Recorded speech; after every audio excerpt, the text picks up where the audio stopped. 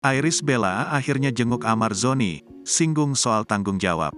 Irish Bella menjenguk Amar Zoni yang sudah 5 hari ditahan Polres Jakarta Selatan lantaran kasus narkoba. Irish Bella yang datang didampingi manajernya, meminta doa agar dirinya diberi kekuatan di tengah kasus hukum yang menimpa Amar Zoni. "Saya mohon doanya saja, semoga diberikan kekuatan, diberikan kesehatan agar bisa melewati ujian ini," ujar Irish Bella.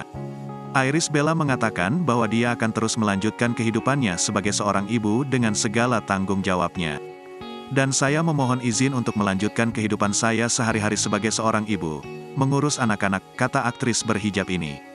"Saya juga sembari memperbaiki tanggung jawab saya kepada pihak-pihak yang terkena dampak dari situasi ini," lanjutnya. Pemain film Hard 2 Hard ini pun mengaku belum bisa berkata banyak mengenai apa yang menimpa Amar Zoni.